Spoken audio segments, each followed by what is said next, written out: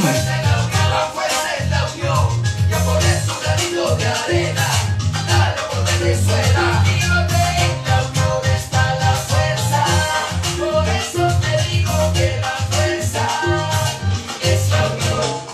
Muy buenas noches, Venezuela. Bienvenidos todos a este su espacio. La Fuerza es la Unión, una tribuna abierta de la Sociedad Democrática Venezolana para compartir con todos ustedes, más allá de cualquier distingo puntual, partidista o ideológico, la angustia, la preocupación, la justa indignación por lo que ocurre en nuestro país y también la certeza, la confianza, la esperanza de que trabajando juntos, de que remando unidos en la misma dirección, seremos capaces de construir la Venezuela de trabajo y de respeto, la Venezuela con alimentos y con medicinas, la Venezuela con democracia y con libertad, que todos necesitamos y que ciertamente todos merecemos. La Fuerza es la Unión es una presentación de frigoríficos NIS, el placer de la carne, ubicado en la planta baja del mercado municipal de Chacao. Es también una presentación de Supermercado Madrid, ubicado en la calle Páez de Chacao, diagonal a la Plaza Bolívar de ese municipio. Amigos, hay una gran cantidad de noticias en la agenda económica, en la agenda social, sobre todo en la agenda política también. Sin embargo, hay una que destaca de manera protuberante. Hoy Amnistía Internacional hizo público un informe sobre Venezuela, sobre el caso de Venezuela. Amnistía Internacional, es importante precisarlo, no es simplemente una organización no gubernamental.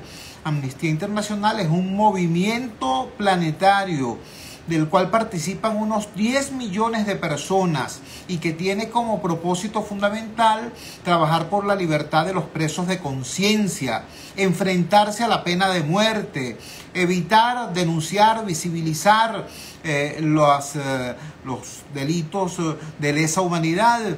Todo eso forma parte del universo de preocupaciones de los ciudadanos, de los activistas, de las personas que integran este movimiento que se llama Amnistía Internacional. Bueno, pues ese movimiento liberó hoy un informe sobre Venezuela que se llama Vidas Detenidas. Vidas detenidas. Tenemos en línea precisamente a Valentina Ballesta. Valentina Ballesta es investigadora de Amnistía Internacional y trabaja precisamente sobre el caso Venezuela. Valentina, muchísimas gracias por atender nuestra llamada desde Venezuela, desde el Gigante Rumbos. Muy buenas noches. Por favor, comparte con la audiencia cuáles fueron los elementos fundamentales de este informe, Vidas Detenidas, y cuáles fueron los hallazgos más relevantes de este trabajo de investigación. Te escuchamos. Bueno, muchas gracias y buenas noches, Chugo, y a toda tu audiencia. Bueno, efectivamente, en Amnistía Internacional hoy publicamos este informe llamado Vidas Detenidas, donde hacemos un análisis de 9 casos emblemáticos de detenciones arbitrarias por motivos políticos en Venezuela. Estos casos van en un rango temporal de 2018 hasta el momento y, bueno, el principal y mayor hallazgo, Chugo, ha sido identificar cuáles son los patrones que continúan de detenciones arbitrarias por motivos políticos y cómo esto básicamente refuerza una contranarrativa de que en Venezuela las violaciones de derechos humanos ya no existen, ¿no? Y tenemos la evidencia para detectar que la política de represión implementada por el gobierno de Nicolás Maduro pues continúa vigente y están todos los mecanismos implementados para silenciar a las personas, ya sea por tener una postura en otras circunstancias que sirvan a un propósito de político también. Estamos conversando, repito, para quienes se integran recién a la transmisión, con Valentina Ballesta. Valentina Ballesta es investigadora de Amnistía Internacional y Amnistía Internacional es a su vez un movimiento mundial que enfrenta las violaciones de derechos humanos y lucha por la libertad de los presos de conciencia, que hoy liberó un informe sobre el caso Venezuela llamado Vidas Detenidas. Entiendo, Isabel, que este informe se focaliza en el estudio de algunos casos particulares. ¿Cuál fue el criterio para escoger esos casos y no otros? ¿Y qué emblematizan esos casos? Sí, muy buena pregunta, Chugo. Fíjate, en realidad Amnistía Internacional viene desde hace años trabajando en la documentación de casos de violaciones de derechos humanos en Venezuela y en particular de detenciones arbitrarias. Hemos documentado muchos casos casos desde 2017 en adelante, pero estos casos llegaron a nosotras después de hacer un filtro en el que se habían publicado casos hasta 2018. Entonces, a partir de ahí volvimos a hacer una documentación que dijera, bueno, de 2018 en adelante, ¿qué ha pasado en casos de detenciones arbitrarias por motivos políticos? Y fue ahí donde pues hicimos un análisis de cuáles eran los casos a los que teníamos acceso, por supuesto, cuáles casos tenían la documentación, porque es muy importante poder acceder a los... Aló. Como parte de la evidencia que se usa para las denuncias, y fue así que identificamos estos 9 casos, y son emblemáticos, bueno, de patrones muy consolidados de desaparición forzada cuando la persona es detenida, del uso de delitos contra el terrorismo para ir en contra de personas que muchas no existen las evidencias suficientes para imputarles estos cargos, y también bueno, un patrón en el que podríamos decir que es más bien general, unas personas que han participado en política o en activismo en general, pero también tenemos personas totalmente desvinculadas que no han tenido un rol en el activismo, que no tienen un rol político, y sin embargo por su asociación o su vínculo o por haber estado en el momento equivocado, en el lugar equivocado, son detenidas y son, por ejemplo, sentenciadas a 30 años, como tenemos el caso de Mirlendris Benítez, una venezolana de 42 años que estaba en un vehículo acompañando a los que luego fueron imputados por el caso del magnicidio de los drones, y sin embargo ya no tenía ninguna relación con el evento, no tenía ningún conocimiento de que estas personas hubieran participado en ese evento, y ha sido sentenciada 30 años después de haber sido torturada, e incluso se le provocara un aborto durante su detención. Estamos conversando, repito, con Valentina Ballesta, investigadora de Amnistía Internacional, movimiento planetario contra la prisión de personas por motivos de conciencia, y organización que hoy liberó un informe, hizo público un informe sobre el caso Venezuela llamado Vidas Detenidas. Valentina, por favor, explícanos cuál es la metodología de Amnistía Internacional para detectar la existencia de patrones. Te lo pregunto porque en el caso nuestro, en el caso venezolano, la actitud del Estado y del sistema de administración de justicia frente a situaciones de evidente lesión de derechos humanos es en general no investigar, y cuando se produce debido a la presión pública o a la fuerza de los hechos algún tipo de investigación, entonces no se investiga la cadena de mando y todo queda como que si fuera un exabrupto puntual, una locura particular de un individuo, de un policía, de un soldado. ¿Cómo se llega a establecer la existencia de un patrón represivo que haga posible la elaboración de un informe como el que ustedes en efecto hoy publicaron? Mira, lo primero que hacemos es identificar los casos. Cuando los casos llegan a nosotras, pues podemos, se documentan a través de la evidencia legal, como te decía, se accede a los documentos que están disponibles, muchas veces tampoco están disponibles porque se niegan las copias dentro de los tribunales o la fiscalía, pero luego se hace un mapeo, ¿no?, de los casos. Por ejemplo, se identifican dónde ocurrieron, distribuidos a lo largo y ancho del país. En segundo lugar, se identifica qué fuerzas actuaron en estos casos, si siempre se repite un grupo policial o por ejemplo, una agencia de inteligencia del Estado. Luego se identifican los años, que también nos permiten identificar si es un patrón o que solo ocurrió, o unos eventos que solo fueron aislados, ocurrieron en un periodo muy corto, también se repiten durante años. Y como te digo, en los casos que tenemos identificados en vida del país, Normalmente están involucrados actores como la DGCIN y el CEPIN, y además ocurren en donde el modus operandi, que es el último factor que se revisa para identificar los patrones, es casi idéntico, es decir, ¿Aló? inicial más bien, luego periodos... ¿Aló? Sí, te escuchamos, Valentina.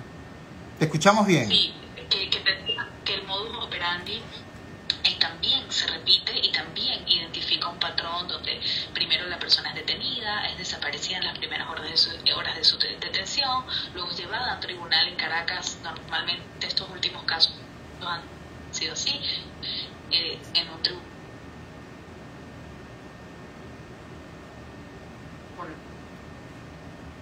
Y luego, y también parte del patrón, por ejemplo, si Tenemos problemas en la no conexión. confidencial, es un procesamiento. ¿Aló? Sí, te escuchamos. Disculpen, sí, mi falla de la conexión. Y procesamiento que también luego las autoridades hacen declaraciones públicas en torno a esos casos. Eso también ha sido parte del patrón que hemos identificado. Entonces así es como se determinan los patrones, cuáles son los factores comunes de los casos investigados, y luego también se sopesa con los casos que hemos investigado en otras ocasiones, en otros años. Y ahí también hay una consistencia. Repito, para quienes se incorporan recién a la transmisión, estamos conversando con Valentina Ballesta. Valentina Ballesta es investigadora de Amnistía Internacional, y Amnistía Internacional es un movimiento planetario de combate contra la prisión de personas por motivos de conciencia, de combate a la pena de muerte, de combate a la violación de derechos humanos, que hoy hizo público un informe sobre Venezuela llamado Vidas Detenidas. Nos está explicando Valentina Ballestas por qué escogieron los 9 casos emblemáticos que señalaron a ese informe, cómo identificaron los patrones represivos y de qué manera constituye esto ciertamente una lesión fundamental a los derechos humanos. Finalmente, Valentina, quisiera preguntarte lo siguiente. En este momento sobre el gobierno venezolano pesa de alguna manera, por un lado, la veeduría del alto comisionado de los derechos humanos de la ONU. Incluso se instaló en Venezuela una oficina del alto comisionado para poder atender a las víctimas y procesar los reclamos que aquí se producen. Y también está el tema de la investigación abierta por la Corte Penal Internacional. ¿De qué manera un informe como este que acaba de elaborar Amnistía Internacional se concatena, se relaciona con todos estos esfuerzos de la comunidad internacional para promover los derechos humanos en nuestro país? Sí, esa es una excelente pregunta. Nuestro llamado principal es primero la liberación de estas personas y de todas las personas detenidas por motivos políticos en Venezuela. Y en segundo lugar es poder nutrir las investigaciones de los organismos internacionales y las importantes labores en materia de documentación para que puedan las víctimas acceder a verdad, a justicia, a reparación, y sobre todo para que la sociedad venezolana pueda tener las bases de garantías de no repetición, porque estos hechos, lo que debemos procurar como sociedad es que no se repitan y que precisamente se juzgue a las personas responsables. Entonces, nuestra intención es que este informe y en general todo nuestro trabajo también vaya a alimentar este proceso de la Corte Penal Internacional y este proceso del Alto Comisionado, y también, por supuesto, la veeduría y el mandato que tiene la misión de determinación de los hechos de las Naciones Unidas. Valentina, te queremos agradecer vivamente que nos hayas regalado estos minutos y que hayas compartido con nosotros todos estos detalles que permitieron a Amnistía Internacional confeccionar, redactar y difundir este contundente informe sobre el caso Venezuela llamado Vidas Detenidas. Muchísimas gracias y buenas noches.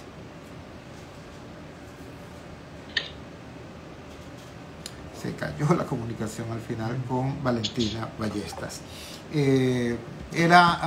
Repito, Valentina Ballestas, investigadora de Amnistía Internacional. Repito una vez más, Amnistía Internacional no es exactamente una ONG, es un movimiento mundial integrado por unos 10 millones de personas dedicadas a la lucha por la libertad de los presos de conciencia, para denunciar la violación de derechos humanos y para enfrentar morbos como la pena de muerte.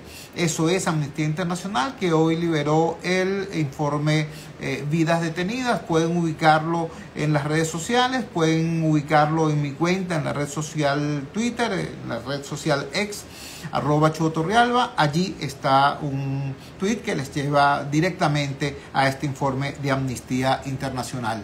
Cuando son las 8:14 minutos de la noche capitalina, vamos a la siguiente pausa comercial y ya regresamos con muchísimo más de La Fuerza. La fuerza es la unión. Publicidad y volvemos. Publicidad y volvemos. Publicidad. En La Voz de América somos tu fuente de información internacional. Ingresa desde tu móvil o laptop a vozdeamerica.com e infórmate de lo que ocurre en Estados Unidos y el mundo. En redes sociales informamos cada instante. Busca como Voz de América, una fuente confiable de noticias. Desde América, Washington. Vozdeamerica.com. Y continuamos. Ahora con sí. La fuerza es la unión. Regresamos a La Fuerza es la Unión y seguimos hablando de los derechos humanos, porque los derechos humanos no son solamente un tema relativo a la violencia política, a la represión contra la disidencia política. Los derechos humanos tienen también su dimensión económica, tienen también su dimensión social. Y son derechos humanos muy, muy importantes. En el día de hoy vimos una declaración insólita de una representante profesoral de la Universidad Central de Venezuela. Bueno, ella es integrante también de la Junta Directiva de la FAPUP, que es la Asociación de Profesores Universitarios de todo el país. Me refiero a la profesora Queta Stefani. Ella hablaba acerca de lo que es el escalafón salarial de un profesor universitario y nos decía que en este momento el salario máximo de un docente universitario está por el orden de los $18 al mes.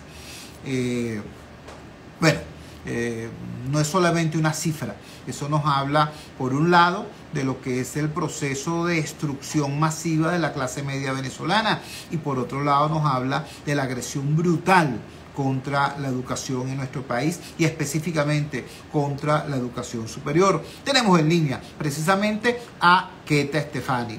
Queta, gracias por atender nuestra llamada de Gigante Rumbos. Muy buenas noches. Por favor, comparte con la audiencia el detalle de esta información que diste en el día de hoy.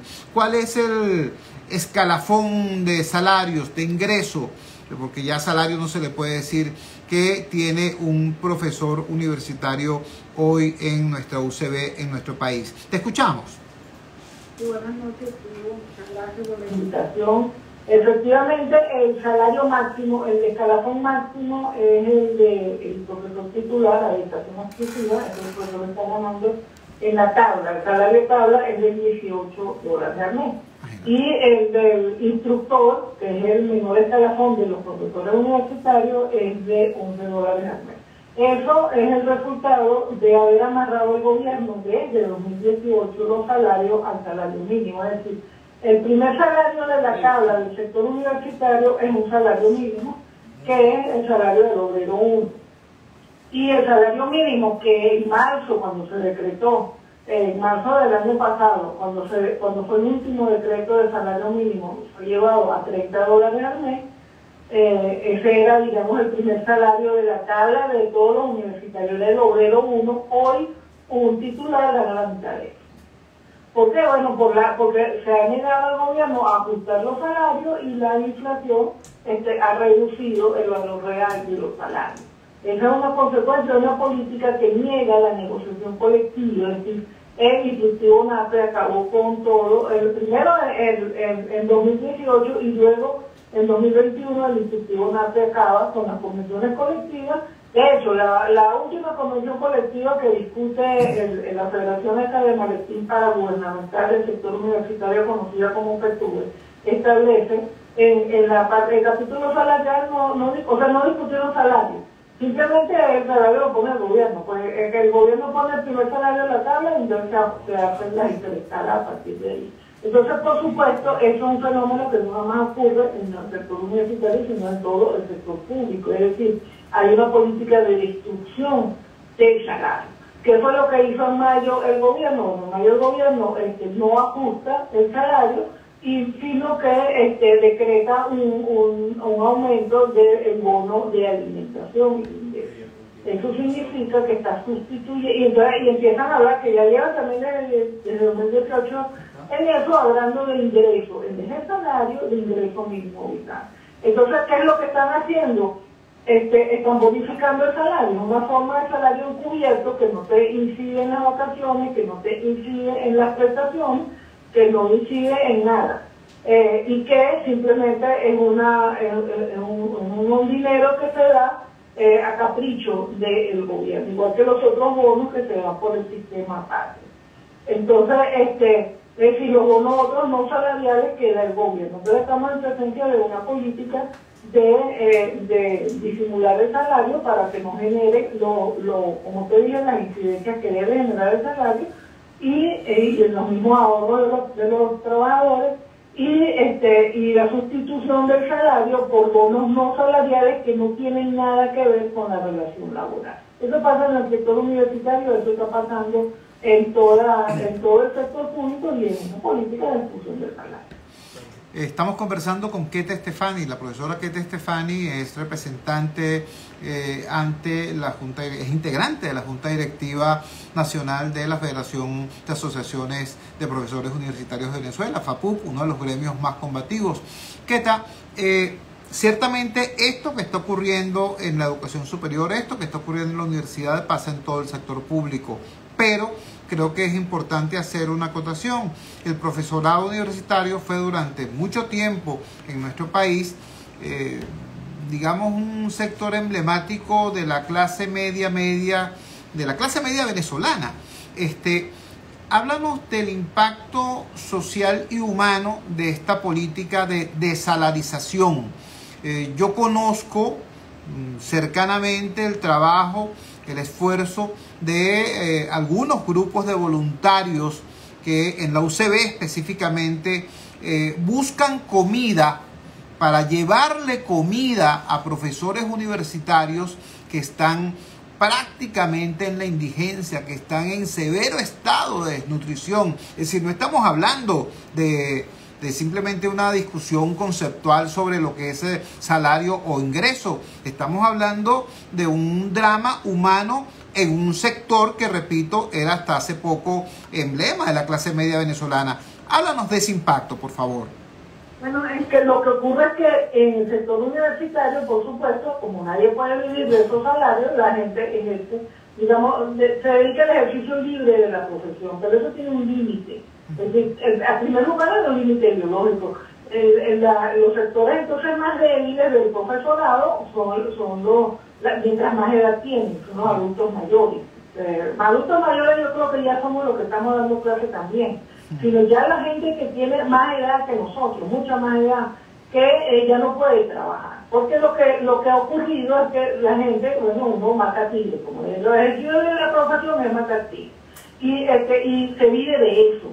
También se ha vivido de vender las cosas, pero llegó un momento, después de una crisis de 2015 a la fecha, en que ya la gente ya no le va quedando nada que vender. Vendió todo lo que tenía, lo que le queda es el techo. Entonces tiene gente que está viviendo en una vivienda que en un momento dado fue de clase media, pero que no tiene que comer. Inclusive tiene situaciones de gente mayor que vive en pisos altos, entonces se va la luz, entonces viven como encerrados, porque el ascensor no sirve, porque también se han deteriorado las viviendas, porque la gente no tiene para pagar el condominio. Esto es una crisis, por eso creo una emergencia social, una crisis generalizada. Entonces, esto que tú me dices, a lo mejor pueden ir al IPP a buscar esos alimentos, pero hay los que no, porque están encerrados en un piso 20 y no pueden salir de ahí, porque alguien tiene que defenderlos, porque si no, no pueden salir. Es una situación dramática. Entonces, mientras más edad tiene el profesor, menos posibilidades tiene de hacer ese ejercicio libre de la profesión, y entonces eso, no tenemos vacaciones, no trabajamos 12 horas diarias y noches, aquí se perdió la jornada de trabajo, aquí se perdieron las vacaciones, el sábado y el domingo libres se perdieron también, es decir, se perdieron todos los beneficios del siglo XX, desde el principio del siglo XX, se perdió todos los beneficios laborales. En Venezuela se perdió la orden, se perdieron las prestaciones con las reconversiones que volvió a usar el agua, y la situación es muy dramática para las personas que no pueden generar vías alternativas de ingreso a través de su trabajo, porque ya no están en edad de hacerlo, o también dependiendo de la profesión o dependiendo de la región, porque también es verdad que en Caracas hay más posibilidades de generar ingresos con trabajos alternativos de freelance que en otras regiones del país donde ni siquiera hay servicio. Por ejemplo, una de las cosas de los mecanismos ha sido el teletrabajo, pero tú no puedes hacer teletrabajo cuando se te va la luz, cuando no tienes internet, se te da el servicio de telefonía, etc. Entonces la situación depende de todos estos factores, pero lo cierto es que hay una situación de emergencia social que incluye a los profesores universitarios y que es producida por una política de Estado que está expulsando a los venezolanos del territorio nacional. El gobierno va cerrando los salarios, y entonces va quedando un montón de gente fuera de la economía que ya no caben en el país y se tienen que ir porque si no se mueren de hambre. Eso es lo que, o si no, otros simplemente se mueren de lengua. Eso es lo que ha venido ocurriendo en estos últimos años, y esa política la mantiene el gobierno. Digamos, un ingreso, una remuneración del trabajo tan pequeña que hay un montón de gente que se queda afuera, que no tiene otros mecanismos de supervivencia y se tiene que ir o morir. Esa es una alternativa, porque yo digo que los están expulsando. Esa es la situación. Conversamos con Keta Estefani, la profesora Keta Estefani, integrante de la Junta Directiva Nacional de la Federación de Asociaciones de Profesores Universitarios FAPU. Ella dio hoy una declaración donde nos decía que el salario más alto que gana un profesor universitario hoy es igual a $18 mensuales. Y nos está explicando que prácticamente ningún profesor universitario en esas condiciones vive de su salario. La inmensa mayoría vive de desarrollar otros trabajos, matar tigres, se llamaba antes eso, nos dice Keta Estefani. Eso lo puede hacer quien puede hacerlo por su especialidad o porque la edad aún se lo permite. Los profesores universitarios de mayor edad o que están en lugares, me parece excelente la acotación, la diferenciación que hace la profesora Keta Estefani. Una cosa es Caracas y otra cosa es, por ejemplo, la Universidad de Oriente. La Universidad de Oriente parece que fuera parte de Ucrania bombardeada por los rusos. Una cosa impresionante. Es que ahí se llevaron hasta la pintura de las paredes. Eso está destruido. Bueno, imagínense ustedes lo que significa eso en términos del pase, pues de la clase media a la indigencia. Keta, finalmente, el gremio universitario ha sido uno de los gremios más combativos de nuestro país. Cuando acá el tema político estaba en el subsuelo, eran el sector salud, el sector educación y específicamente el gremio universitario quienes mantuvieron viva la llama de la protesta social. Ante este panorama que tú señalas, ¿cuáles son las perspectivas para este segundo semestre de este muy complicado año 2023? ¿Cuál es el sendero de lucha que señala el gremio al cual tú perteneces? Eso, el sendero de lucha. Es decir, aquí hay que mantener la protesta, la lucha y la demanda, y también la documentación de lo que está ocurriendo en las universidades. Y también hay que transformar las universidades. Por ejemplo, en el caso de las universidades, debe ser posible, y eso implica transformaciones en la legislación nacional y en la legislación universitaria, debe ser posible la generación de ingresos alternativos que además sirvan para remunerar el trabajo, pero que no incluyan el cobro de matrícula. En eso hay que ser enfático, porque ahorita hay un montón de locos planteando eso, que quieren ser presidente de la República y están planteando eso. Este país necesita profesionalizar a su población. Este país necesita formar a su población. Nosotros podríamos hacer eso en el sector universitario, cosa que no pueden hacer la escuela básica, tiene muchas más limitaciones. La universidad lo podría hacer porque inventa, tú puedes vender bienes, tú puedes vender conocimientos, tú puedes vender servicios especializados. Eso debería poderlo hacer la Universidad Venezolana. Tú puedes hacer alianzas internacionales para impulsar proyectos de investigación donde estén trabajando tus profesores. Los profesores no solamente damos clases, somos investigadores también. Entonces, por la vía del trabajo de investigación y por la vía del trabajo de extensión, se podría generar recursos para que la universidad se desarrolle académicamente y para que podamos atender un poco ese tema del salario, que no es simplemente el tema de que los que estamos en la universidad podamos dedicarnos solamente a eso, sino que es el tema de la supervivencia de la universidad, porque la universidad, como va, no es sostenible. No es sostenible porque también nosotros nos va a alcanzar la biología y llegará un momento en que no podremos seguir donándole nuestro talento y nuestro tiempo a la Universidad Venezolana, y entonces ¿quién va a dar clases? No hay manera de tú ofrecer un paquete a un profesional que está haciendo su posgrado y que se quiera quedar en una universidad a ganar $18, a ganar $11, que es el salario del instructor, que es como empezamos todos, como instructores. Es decir, no hay manera de que tú puedas garantizar el relevo de los profesores universitarios. Entonces, sin eso no hay universidad, porque son los que producen el conocimiento, que es lo que produce la universidad, conocimiento, eso lo hacen los profesores. Entonces no va a haber relevo, no va a haber universidad. Entonces la universidad tiene ese camino, pero en el caso de la educación básica es mucho más dramático porque no tienen ese camino. Y el Estado se retiró de la educación básica, simplemente no la está financiando. Los muchachos están viendo 1 o 2 veces a la semana clase en la escuela pública.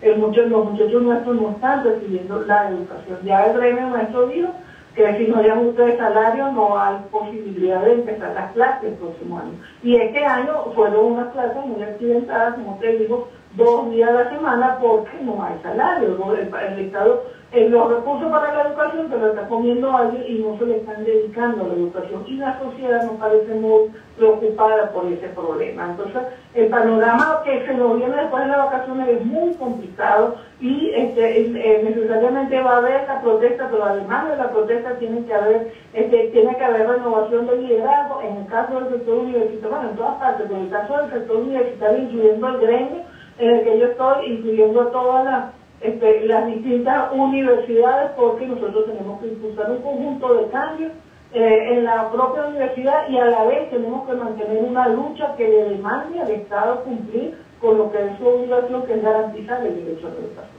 Tieta, queremos agradecerte enormemente que nos hayas regalado este tiempo y hayas dado una imagen tan clara a toda nuestra audiencia de lo que está pasando en la Universidad Venezolana, de cómo está siendo reducida a la miseria en términos literales la Universidad Venezolana y lo que eso significa en términos de daño no solamente a la comunidad universitaria sino a todo el país. Un gran abrazo, buenas noches.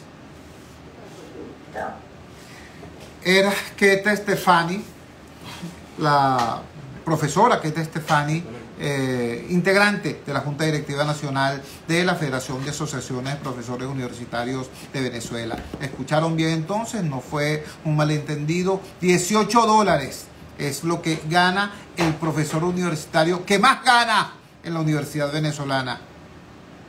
Y eso sigue bajando. Eso sigue bajando. Cuando son las 8:32 minutos, vamos a la siguiente pausa comercial. Vamos a identificar también la valiente señal del gigante Rumbos y ya regresamos con muchísimo más de la fuerza. La fuerza es la unión. Ya regresamos con La fuerza es la unión.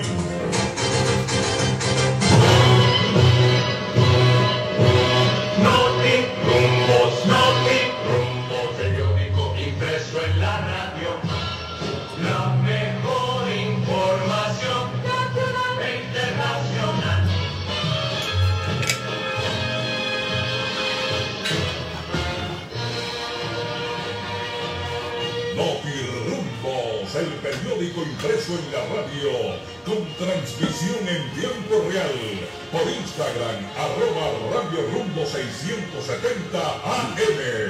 La mejor información para todo el país, con nuestros reporteros en cada estado. Para el Centro Nacional de Información de Notirumbos, reportó Vilma Vicente. Para el Centro Nacional de Información de Notirumbos, reportó José Ariza. Para el Centro Nacional de Información de Notirumbos, reportó el señor Luis Emilio Rondón. Para el Centro Ella que es Radio Rumbo, el programa del Chuo también. reportó además Hernández. Desde Maracaibo, Asturias, para el Centro Nacional de Información de Notirumbos, reportó Luis Rivera. Para el Centro Una Nacional de reunión. Información de Notirumbos, Está en una reunión. Entonces, Si que lo llame ahora para ver si lo puede hacer. trataremos de llamarlo en lo que empiece. Exacto. Nacional de Información de Notirumbos, reportó Mercedes Marín. Para el Centro Nacional de Información de Notirumbos, desde San Cristóbal, Estado Táchira, reportó Giovanni Girón. Para el Centro Nacional de Información de Notirumbos, reportó Mario Vicente. Radio Rumbo se crece cada día. Con su programación a nivel nacional. ¡Gigante!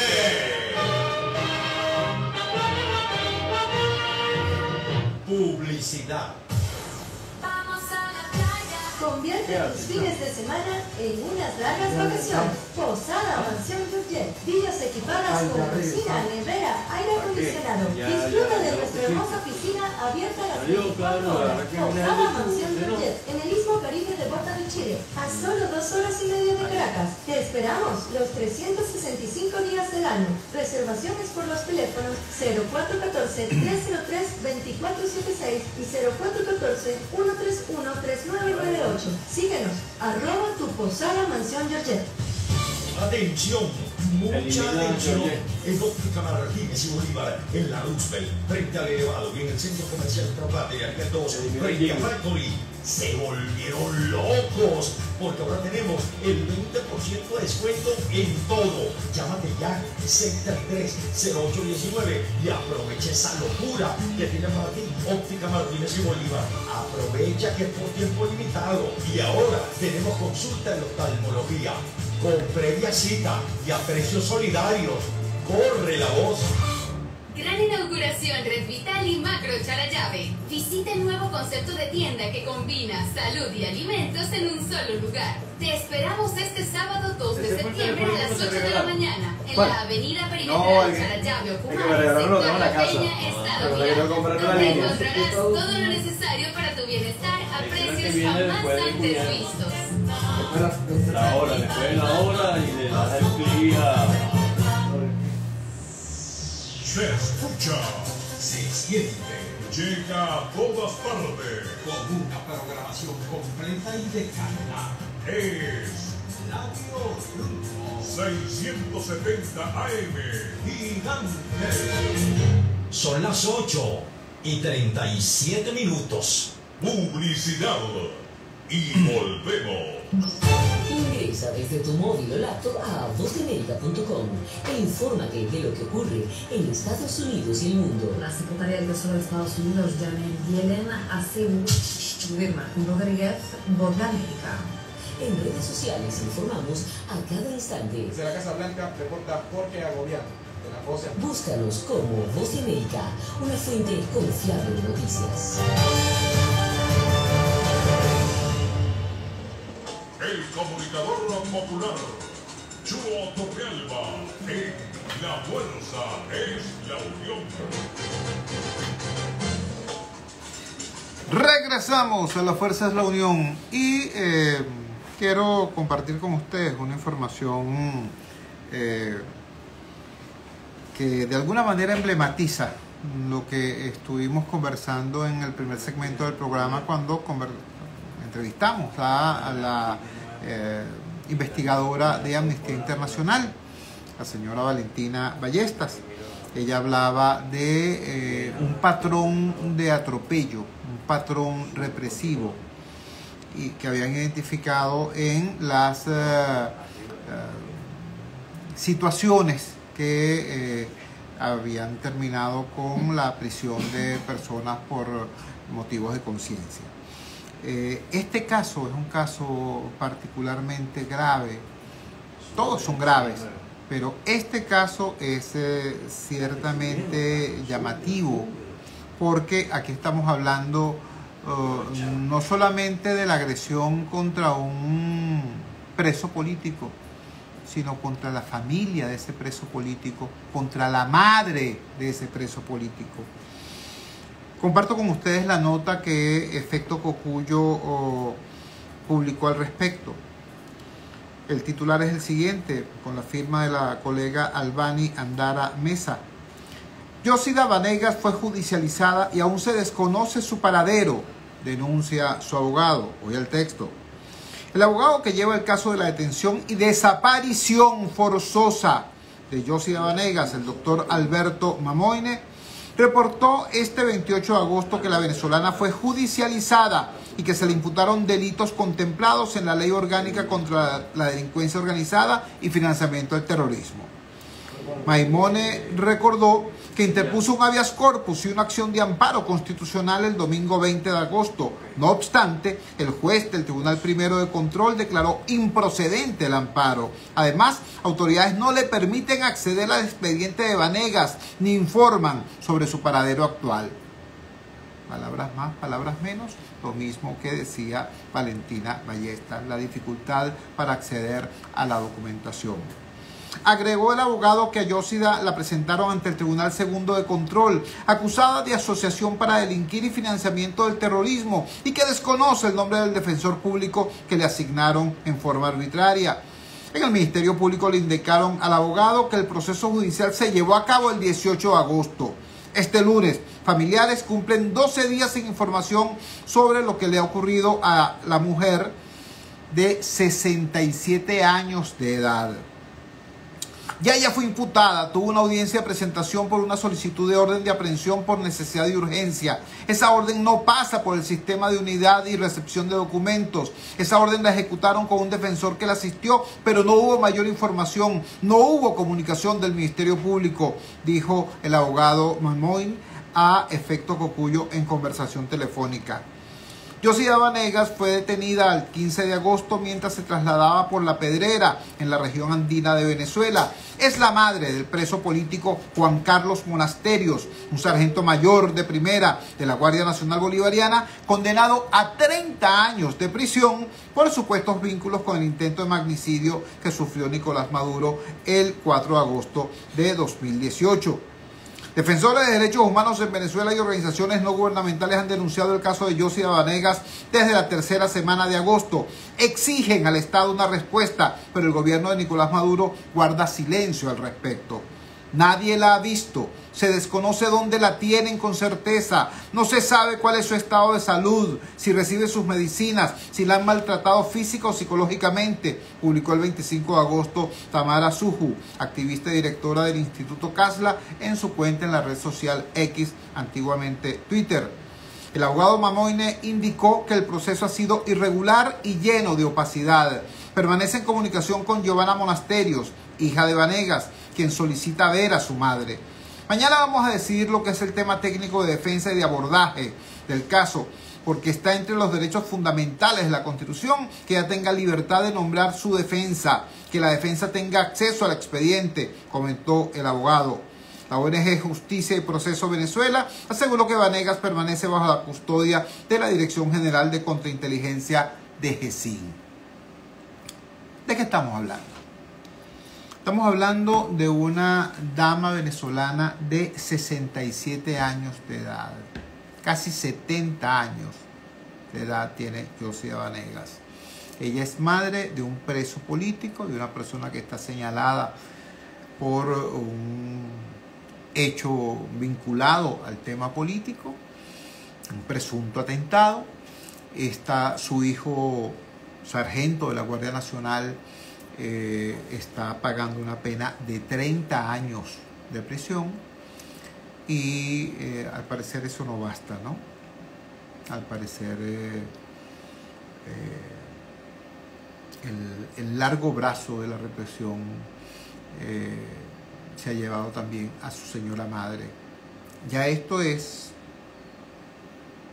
escandaloso, pero que además sea un proceso en estos términos. La capturan, desaparece, le imponen un defensor, la familia no sabe dónde está, Cuéntame.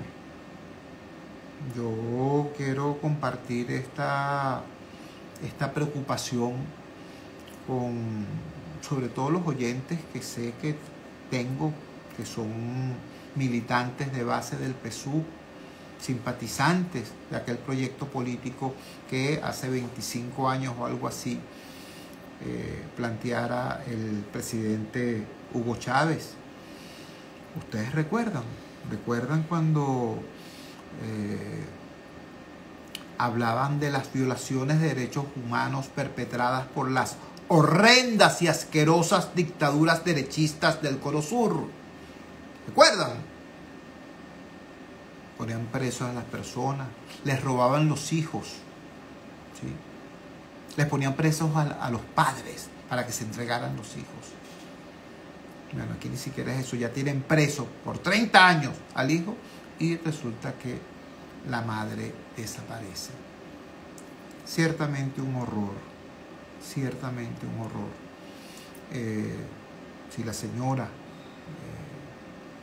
está incursa en alguna situación que amerite ciertamente su procesamiento, ¿qué te puedo decir?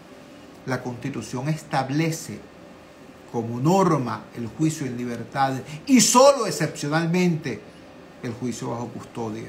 Repito, solo excepcionalmente. Estamos hablando de una mujer de casi 70 años de edad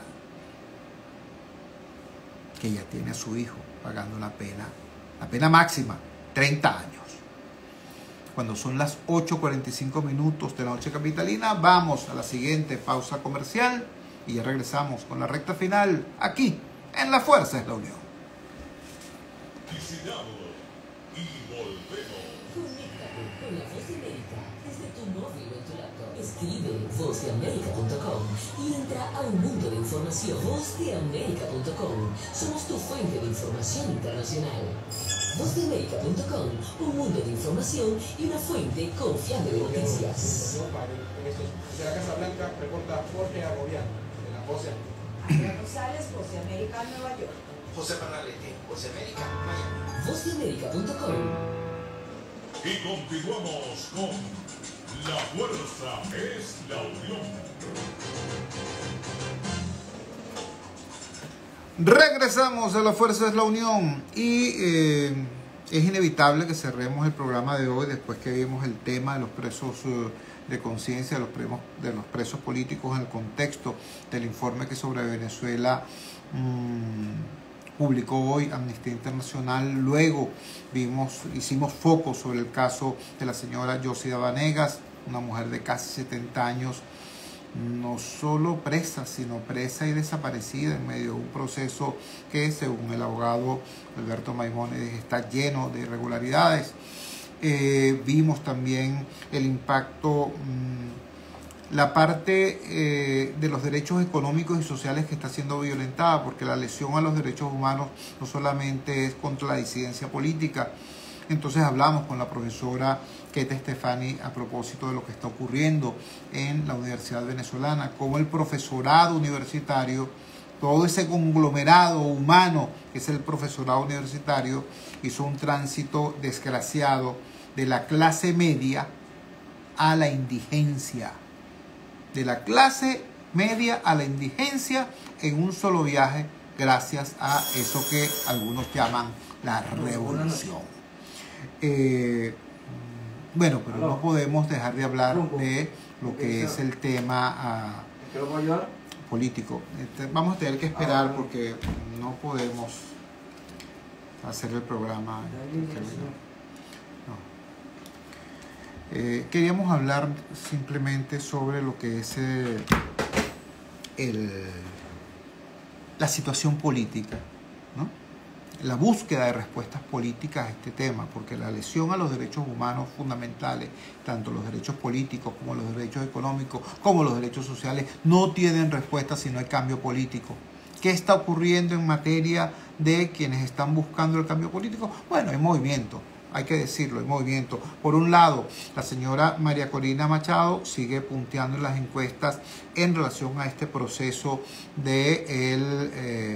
las llamadas primarias convocadas por la autodenominada Plataforma Unitaria de Venezuela. Eso es importante, eso es un hecho político importante. Es un hecho político también acotado, hay que decirlo. Todas las encuestas nos hablan de que la población venezolana que está decidida a participar en el proceso de primarias está entre un 7 y un 10% del electorado. Y esa apreciación de las encuestas se ve corroborada por la convocatoria misma que ha hecho la Plataforma Unitaria, cuando hablan de aproximadamente unas 5.000 mesas. Esas 5.000 mesas podrían albergar o podrían representar más o menos el 11% de lo que es una elección nacional. Sin embargo, repito, el hecho de que la señora Machado esté punteando en ese proceso es un hecho político importante, relevante, como es un hecho político importante y relevante también la reciente reunión que se dio entre los los dirigentes políticos Enrique Capriles y Manuel Rosales. Hubo una reunión en el Zulia entre estos dos dirigentes. Hubo además luego una, ¿cómo decirlo?, una manifestación importante por parte de Rosales. Publicó unos mensajes en las redes sociales y publicó un video mostrando la fuerza de Un Nuevo Tiempo, de su partido, y al final aparecía una foto con Capriles. Mucha gente ha interpretado que eso implicaría o insinuaría un apoyo de esa fuerza política a la candidatura de Capriles. Hoy también circuló profusamente una información que tenía como fuente un mensaje colocado por el colega Vladimir Villegas, según la cual el partido Fuerza Vecinal estaría listo, propenso en todo caso, para dar su apoyo a la candidatura de Carlos Prosperi, el abanderado del sector de Acción Democrática que lidera Henry Ramos Alud. Junto con Fuerza Vecinal estaría también el partido llamado Futuro, que es el partido que dirige el señor Henry Falcón. Como están viendo, hay todos esos movimientos, ¿no? Y todos esos movimientos pueden ser relevantes. Digo, tanto la condición de puntero que tiene hoy María Corina Machado, como estas cosas, estas alianzas, estas nuevas alianzas que se están produciendo, todas son, repito, movimientos relevantes. Ahora, yo a riesgo de parecer repetitivo, quiero insistir con todo el respeto del mundo a todos los candidatos y a los seguidores de todos los candidatos, a los seguidores de la señora Machado, a los seguidores del señor Capriles, a los seguidores del señor Caleca, que por cierto es una persona que también tiene una actividad extremadamente intensa en todo el país. A todos los candidatos y a todos los seguidores, yo quiero reiterarles un llamado. La situación es muy compleja, la situación en términos políticos es muy compleja, extremadamente compleja. Fíjense ustedes lo que nos está ocurriendo hoy a los venezolanos, no a los políticos, a los venezolanos. Tenemos un gobierno al que nadie quiere. Apenas un 9% de los venezolanos confían en la posibilidad de que Nicolás Maduro resuelva la crisis que estamos viviendo. ¡9%! O sea, perdónenme, pero ustedes saben lo que fue el chavismo en algún momento en este país. Ustedes recuerdan la última campaña en la que fue Chávez candidato, la del 2012. ¿Lo recuerdan? El eslogan parecía un tema de telenovela. Corazón de mi patria. ¿Recuerdan? Bueno, sacaron una montaña de votos. Una montaña de votos. Y en la elección siguiente, ¿qué pasó? Cuando tras la muerte de Chávez concurre Maduro a competir por la presidencia. Bueno, pero no, eso fue cabeza a cabeza con el candidato de la oposición. Maduro Dice que ganó, pero de bromita. De bromita. Y de ahí para adelante lo que han hecho es perder votos, pero como una regadera. Una cosa impresionante. Es decir, al día de hoy, el gobierno que tenemos es un gobierno en el que nadie cree. Eso no es un deseo, eso no es un dato de una encuesta, eso no es una cosa que a mí se me ocurre. Eso es un dato de la realidad. Y por cierto, no es un buen dato para ningún país. ¿Ves?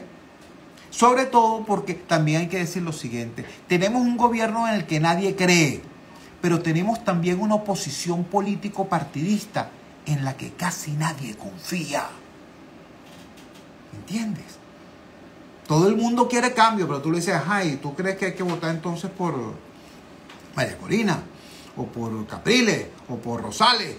Mira, y entonces la gente te empieza a decir, no, vale, que si esta señora es tal cosa, que si este señor es tal cosa, que si, y tú confías en Henry Ramos, y tú confías en fulanito de tal. Y la respuesta es de escepticismo, para decirlo de manera elegante, para no decir otra cosa. Entonces, un país que tiene un gobierno en el que nadie cree y una oposición en el que muy pocos confían, es un país donde el poder está literalmente en el suelo. En el suelo. ¿Entiendes? Entonces esto es una especie de sálvese quien pueda, donde los vivos, ¿no?, los enchufados, los que están conectados, los que tienen acceso a información sensible o a recursos de manera no santa, entonces están viviendo estupendamente en medio de una inmensa precariedad, en medio de una inmensa pobreza y de una gran rabia, también hay que decirlo, de una gran rabia. Entonces, repito, esto es una situación extremadamente grave, pana. Mira, yo no me puedo alegrar. Yo, que soy un claro opositor, que estoy opuesto a esto, no desde el 99, sino, mira, desde el 92, desde el golpe de Estado. Yo no me puedo alegrar de tener un gobierno en el que nadie cree. Sale el señor Maduro, por ejemplo, y dice, yo les pido a la oposición que le den paso a nuevos liderazgos. Chicos, ¿cómo tú puedes pedirle eso a la oposición? Si tú tienes 25 años, un cuarto de siglo, ocupando altos cargos. Si has sido candidato 3 veces ya. ¿Cómo tú le puedes pedir a más nadie, ábranle paso a nuevos liderazgos? Si ustedes fueron los inventores de esa barbaridad llamada la reelección indefinida, ¿quién eres tú entonces para decirle a nadie, ábranle paso a los nuevos liderazgos? Por eso es que no se le puede creer. Tenemos un gobierno, repito, en el que nadie cree. Pero tenemos una oposición en la que muy pocos confían, porque es una oposición político-partidista. No estoy hablando de la oposición social, no estoy hablando de los valientes maestros que están luchando en la calle, de las valientes enfermeras que están luchando en la calle, de los valientes profesores universitarios, de los jóvenes venezolanos. No estoy hablando de ellos. Aquí hay un pueblo que resiste, valientemente además, pacíficamente, pero resiste. No, estoy hablando de las direcciones político-partidistas de la oposición, que no pegan una, y cuando por casualidad ganamos una, entonces despilfarran el triunfo, como nos pasó en el año 2015. Entonces, el llamado que quiero hacerles, repito, con muchísimo respeto a todos los candidatos y a los partidos que están postulando esos candidatos y a los seguidores que puedan tener, es que entiendan que aquí lo que es urgente es que establezcan algún nivel de coordinación entre ustedes y reinventen algún tipo de dirección política del país que quiere cambio, del sector que quiere cambio. No del partidito tal, del partidito cual, del partidito aquel. No. De los venezolanos que queremos cambio. ¿Por qué eso es necesario? Bueno, porque vienen tiempos complejos, vienen tiempos difíciles. Un gobierno en minoría que está aferrado al poder va a hacer de todo para permanecer en el poder. ¡De todo! No se va a limitar a trampas leguleyas, a inhabilitaciones administrativas. No, que puede pasar de todo en esa agresión contra el deseo de cambio del venezolano. Todas esas agresiones pueden y deben ser derrotadas, pero para que sean derrotadas tiene que haber una dirección colectiva, tiene que haber una vocería consensuada y tiene que haber una estrategia compartida. Es decir, tiene que haber más corazón y más cerebro y menos agallas. No sé de qué manera decirlo que sea más claro que eso. Cuando son las 8:58 de la noche capitalina, nos despedimos. Trabajamos para ustedes. En la presidencia, el Gigante Rumbos, la doctora Elsa Siciliano. Al frente de los controles estuvo Giancarlos Durán, asistido por el mago Ángel Villalobos. Habló para ustedes su amigo, comunicador popular, activista social, ciudadano en lucha por la democracia y por la libertad, Jesús Chuo Torrealba. Ahora más que nunca, fuerza Venezuela, porque la fuerza es la unión. La Fuerza de la Unión fue una presentación de Frigoríficos NIS, el placer de la carne, ubicado en la planta baja del Mercado Municipal de Chacao. Es también una presentación de Supermercado Madrid, ubicado en la calle Paz de Chacao, diagonal a la Plaza Bolívar de ese municipio. Cuídense muchísimo. Nos encontramos mañana a las 8 de la noche en la valiente señal del Gigante Rumbos, si Dios quiere.